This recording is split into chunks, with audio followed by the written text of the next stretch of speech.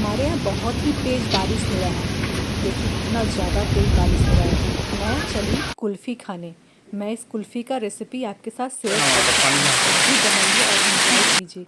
देखिए बर्फ़ भी गिर रहा है ना, बहुत सारा बर्फ़ भी गिरा है।